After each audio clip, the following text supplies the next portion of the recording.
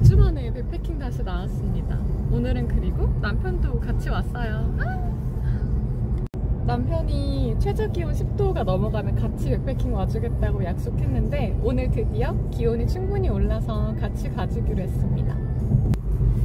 오늘 날씨가 엄청 맑지는 않은데 다행히 내일이면 해가 뜰 거라고 하더라고요. 그래서 오늘 일정에 맞춰서 출발하고 있습니다. 워낙 오랜만에 가는 거라 무리는 조금 하기가 어렵고 근처에 있는 약 해발 500m 정도 되는 시공산으로 향하고 있습니다. 사실 그간 회사가 엄청 바빴던 것도 있는데 제가 코로나가 걸렸었어요. 그 이후로 후유증이 꽤 오랫동안 지속이 돼서 굉장히 기침을 많이 하고 숨 쉬는 게 좀 불편하더라고요. 그래서 오늘도 무리하면 끝까지 완등을 못할 것 같아서 해발 고도가 조금 낮은 산으로 결정했습니다.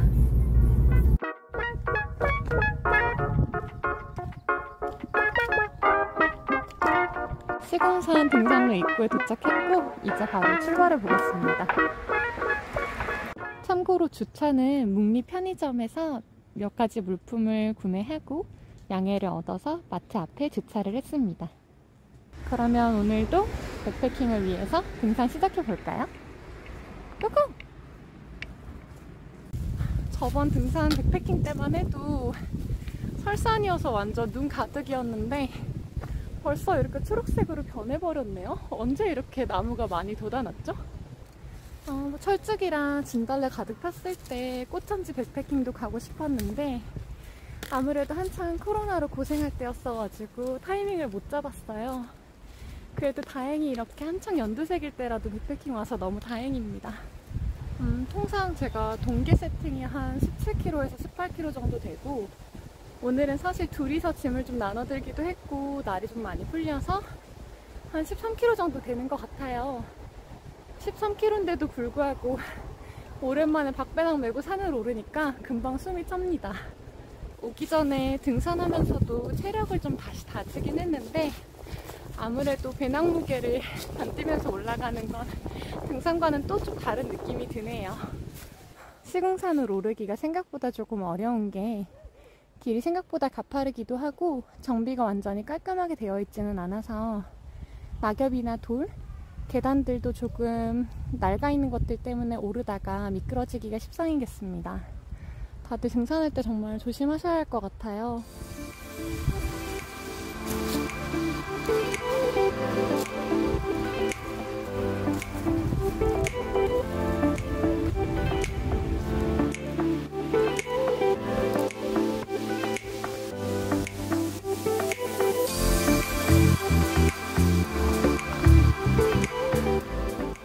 코로나에 걸리고 난 뒤로 숨 쉬는 게 조금 힘들더라고요. 다들 폐병이 온다 이런 이야기를 하시는 분들도 계셨는데 똑같은 청계산을 오르는데도 예전보다 휴식이 좀 더 길어지고 숨이 빨리 가빠져서 아무래도 후유증이 생각보다 좀 있고 좀 오래 가는 것 같습니다.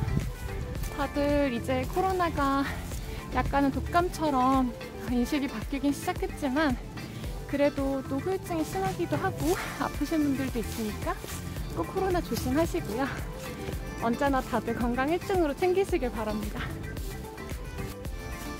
낙엽이 상당히 많아서 어디선가 뱀이 튀어나올까봐 조금 걱정이 되네요. 다들 등산하시면서 산짐승이나 산에서 특별히 무서운 동물을 본 적이 있으실까요? 약 15분가량 올라왔더니 이런 그 다음 또 계단으로 등산길이 이어집니다. 계단길로 등산 이어가시기 전에 이렇게 잠시 쉼터에서 쉬어가셔도 좋을 것 같아요. 공간도 충분히 확보가 되어 있고 뷰가 생각보다 너무 좋아요.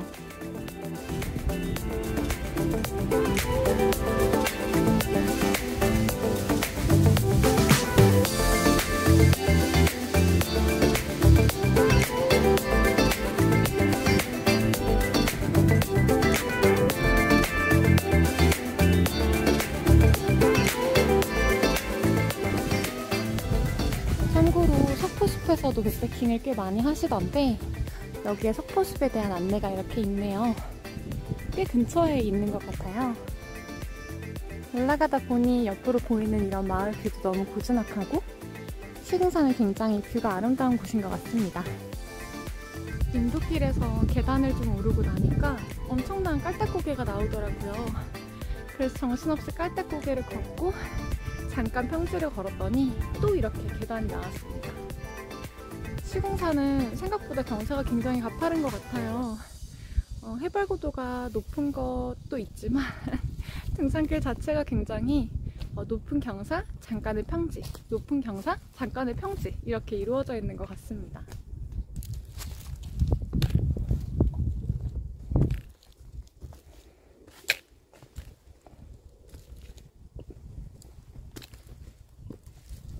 와우! 아까 그 계단길 올랐더니 극강의 깔딱고개가 또 나왔어요. 극한의 깔딱고개를 넘고 나면 이렇게 벤치가 한 4개 정도 설치되어 있는 약간의 작은 쉼터가 또 나옵니다. 여기가 해발고도 480m 정도 되고요. 시궁산이 500m가 조금 넘는다고 했으니 한 번 더 깔딱고개를 넘어가면 정상에 도착할 것 같네요. 고도 483m에 도착을 했는데 촬영하는 시간을 제외하면 한 40분 정도 걸린 것 같아요. 시궁산은 경사가 좀 있다 보니까 올라오실 때 스틱을 꼭 가지고 오셔야 될 것 같아요. 등산화도 꼭 챙기시고요. 오늘 배낭 무게가 그렇게 무겁지 않은데도 불구하고 굉장히 경사가 높다 보니까 생각보다 종아리를 굉장히 많이 쓰고 있습니다. 나중에 하산하게 될 때도 경사 때문에 굉장히 무릎을 잘못 쓰시는 경우도 많으실 것 같아요. 꼭 무릎 보호대 챙겨 오시고 하산길도 꼭 조심하시길 바라겠습니다.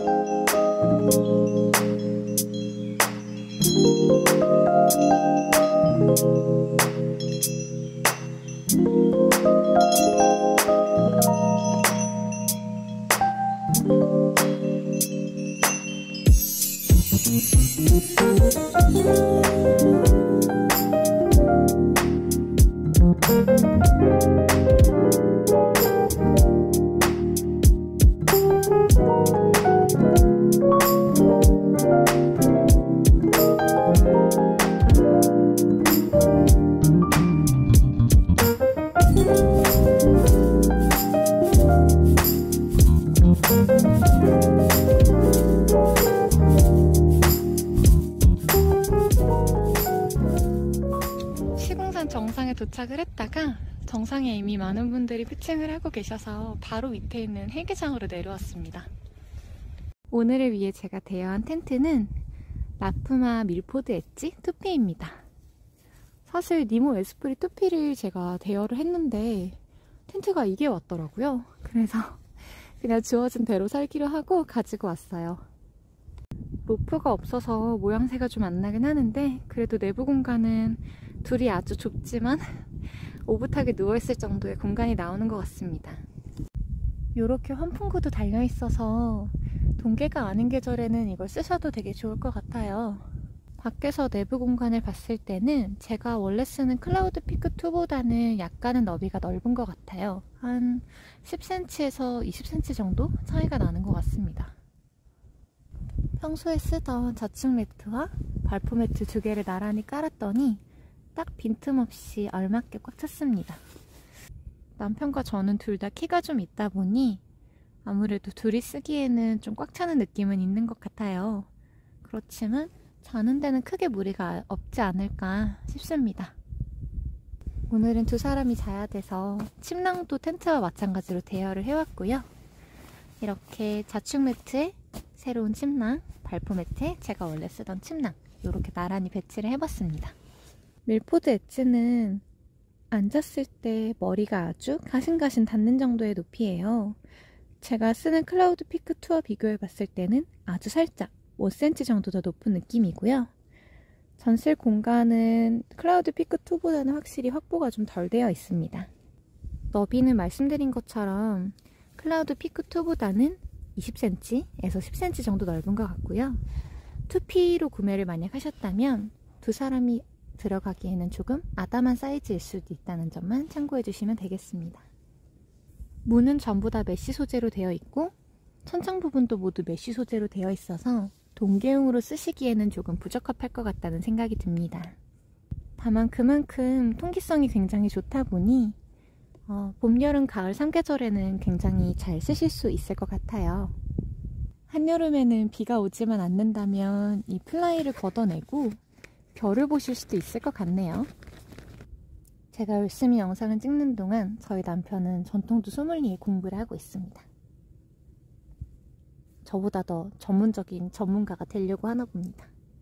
이제 슬슬 일몰을 향해 가고 있고 시간도 좀 늦어서 저녁 먹을 준비를 해보려고 합니다. 오늘 저녁 메뉴로는 이마트에서 할인하고 있는 홍새우회와 바로 크게 담은 차돌 육개장입니다. 그리고 오늘 소개드릴 술로는 니모메를 가지고 왔어요. 물론 둘이서 한 병으로는 턱없이 모자라기 때문에 남편을 위한 장수 생막걸리 그리고 저를 위한 따로 담아온 술 한 병입니다.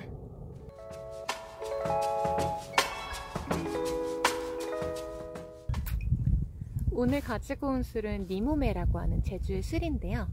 니모메라고 하는 건 제주 방언으로 너의 마음에 라는 뜻이라고 해요. 저희 남편도 굉장히 좋아했던 살균 약주인데 오늘은 같이 백패킹을 온 만큼 제가 혼자 좋아하는 독주가 아닌 우리 둘 다 좋아하는 살균 약주를 가지고 왔습니다. 니모메는 귤 껍질을 말린 귤피를 이용했기 때문에 감귤의 은은한 과실향도 있지만 사실은 귤 껍질의 은은한 쌉싸름함이 굉장히 돋보이는 술입니다. 그리고 살균 약주여서인지 쌀이 주는 은근한 고소함까지 느껴지는 술이에요. 제가 여태까지 마셨던 약주들 중에서는 거의 탑3에 들어가는 정도로 제가 굉장히 좋아하는 술입니다. 짭짤함, 달콤함, 고소함이 함께 있는 술이다 보니까 추천한 주로는 해산물을 주로 많이 추천을 해주시는데요. 그뿐만 아니라 달콤한 디저트랑 같이 드셨을 때도 굉장히 달콤함이 업되면서 동시에 마무리로는 입이 쌉싸름하게 정리가 되는 것이 아주 좋습니다. 저희 부부는 니모메를 너무 맛있게 마셔서 그해 여름에 제주도로 휴가까지 다녀왔습니다. 제주 샘주에서 만든 니모메를 직접 마셔보고자 제주도에 다녀왔는데요. 제주도에는 사실 니모메 말고도 고소리 술이나 오메기 맑은 술 등 제주도에서만 만드는 특별한 술들이 많이 있으니 제주도에 있는 다양한 양조장들도 방문해 보시고 또 다채로운 술들도 마셔보시길 권장드릴게요. 특히 제주 술 있는 집에서 만드시는 고소리 술과 오메기 술은 정말 여태까지 마셔보지 못했던 또 다른 조합의 또 다른 맛을 가지고 있기 때문에 제주도에 여름휴가 많이 놀러 가시니 그때 꼭 한 번쯤 방문해 보시길 바라겠습니다. 그럼 이제 강력 추천을 받은 해산물과 니모메 함께 곁들여 보겠습니다. 식사 시작!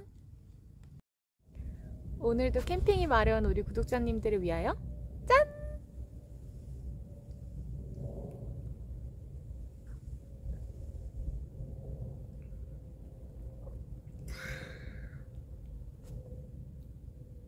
오늘은 1시간 반 정도 등산을 하고 난 뒤에 먹다 보니 평상시보다 조금 덜 차갑게 음용을 했는데요. 차갑게 드실 때는 굉장히 과실의 향이 좀 두드러지는 반면 약간은 미지근하게 먹었더니 쌀과 입국에서 오는 쌀의 고소함과 밀의 은근한 꼬릿함이 조금씩 느껴지네요. 좀 다채로운 매력으로 느낄 수 있어서 차갑게도 드셔보시고 조금은 미지근하게도 한번 드셔보시면 좋을 것 같아요. 하지만 니모메의 귤피향과 과실향을 좀 더 잘 즐기시려면 아무래도 차갑게 드시는 걸 더 추천드리고 싶습니다. 이마트에서 홍새우회를 갑자기 팔고 있더라고요. 3,000원이나 할인을 해주길래 사왔는데 니모메랑 같이 먹어볼게요. 탱글탱글하고 맛있어요. 짠!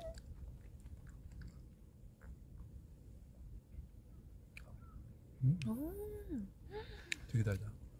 새우가 가지고 있는 새우의 단맛이랑 같이 만나서 그런지 더 달게 느껴지고 마무리는 굉장히 고소한 밀맛이 깔끔하게 정리를 해줍니다. 와? 아까보다 귤피향이 더 잘 느껴지네. 잘 어울리는데? 또 막걸리 없으면 너무 서럽죠. 남편이 여기까지 행차해 주었는데 오늘은 당연히 막걸리가 함께 해야 됩니다. 오늘 함께 할 막걸리는 장수 생막걸리 그리고 국산쌀입니다. 저희 남편은 워낙 막걸리를 좋아해서 산에 오는데 막걸리를 빼놓을 수가 없었어요. 저는 아무래도 독주를 좋아하다 보니 막걸리는 영 안 땡겨서 니몸을 먹고 2차로 마시려고 이렇게 텀블러에다가 제 독주를 담아왔습니다. 뭘까요?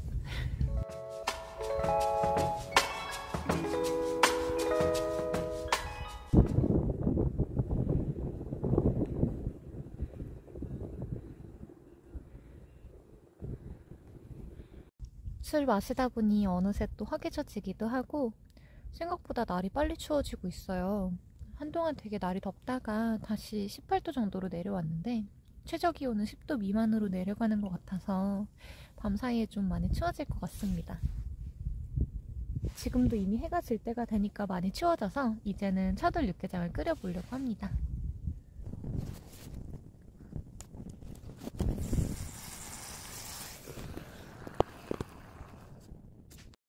짜잔! 이제 2차로 먹을 차돌 육개장이 완성되었습니다. 아, 너무 맛있을 것 같아요. 못 참겠다. 라면이 참을 수가 없는지 숟가락으로 난입을 하는 바람에 바로 식사 시작해보도록 하겠습니다. 뜨거. 이건 네 몸에도 우와, 좋지만 특히 이건 네 몸에도 좋지만 특히 제가 오늘 가지고 온 일품 진로에 너무 어울릴 것 같아서 빨리 네 몸에를 해치우고 일품 진로로 넘어가 보겠습니다.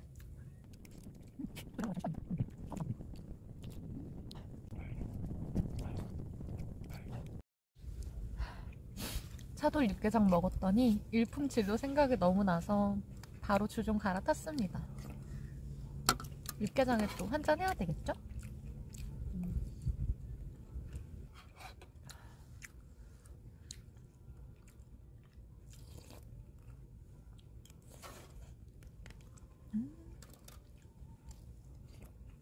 짠!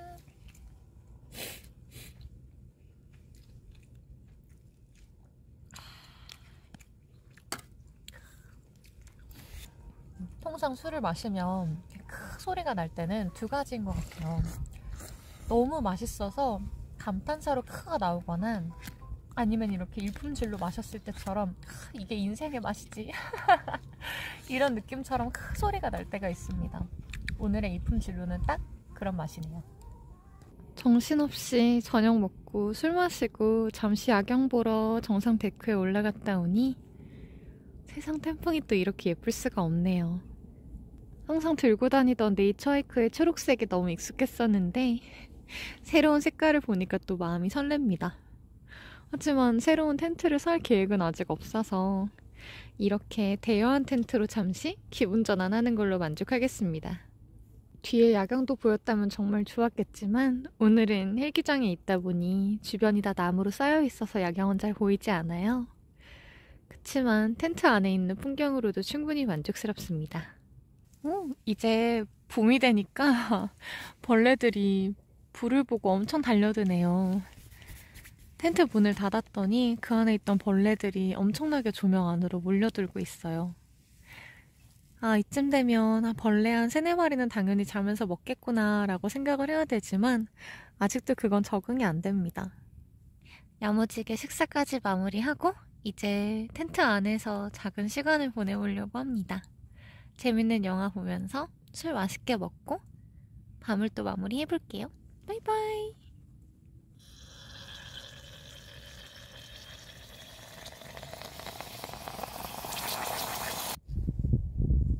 아침에 일출을 보려고 일찍 깼는데 세상이 온통 사리곰탕이어서 일출이 안 보이더라고요.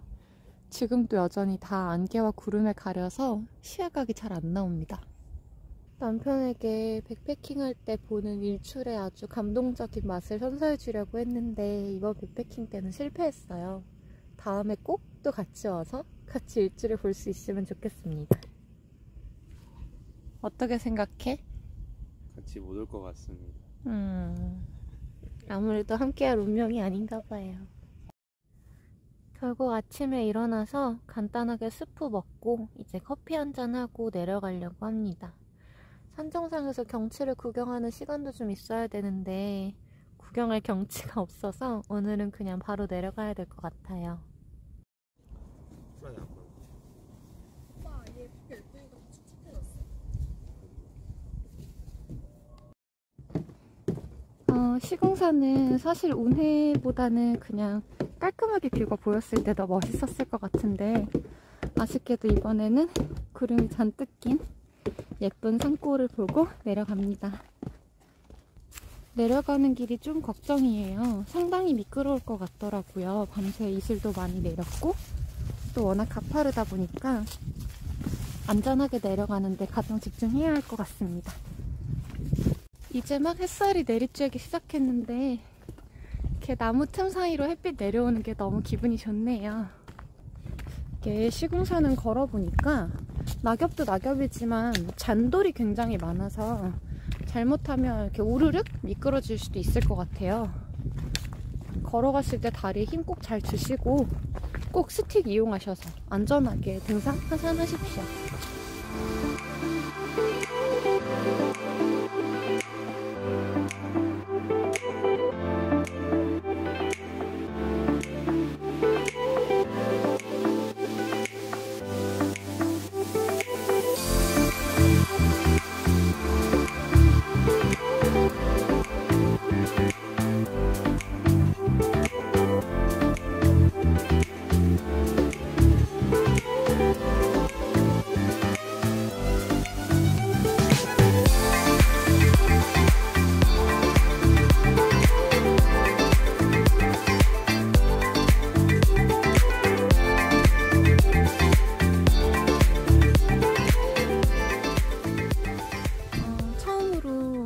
혼자가 아니라 다른 사람이랑 같이 백패킹을 해봤는데 확실히 너무 좋네요.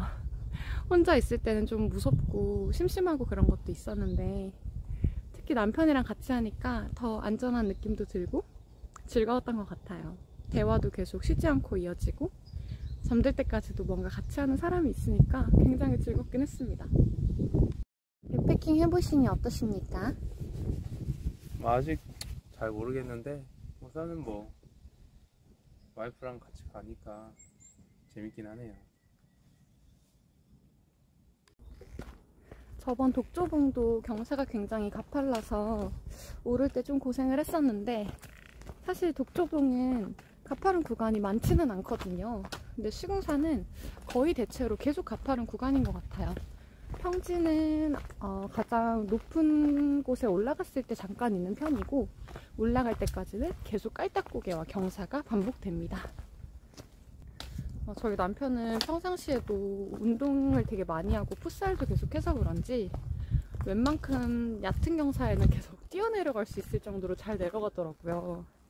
그래도 제가 백패킹을 한 기간이 있는데 역시 남편은 아직 따라가기가 좀 힘듭니다. 이제 거의 다 도착했습니다. 올라갈 때는 촬영 시간 포함해서 1시간 20분 정도 걸렸는데 내려갈 때는 엄청나게 중간에 넉넉하게 쉬었거든요. 근데 그래도 한 50분이 안 걸린 것 같아요. 맨몸으로 오시면 한 30분이면 내려올 수 있지 않을까 싶네요. 오랜만에 백패킹 했는데 역시 제 천성은 백패킹인가 봅니다. 다른 걸로도 잘 안 풀리던 스트레스가 백패킹 한번 다녀오니까 싹 풀리네요. 이제 또 바빠지긴 하겠지만 간간히 또 시간 내서 백패킹 다녀오고 좋은 술 소개도 남기고 할게요. 다음에 또 더 좋은 영상으로 찾아뵙겠습니다. 빠이빠이.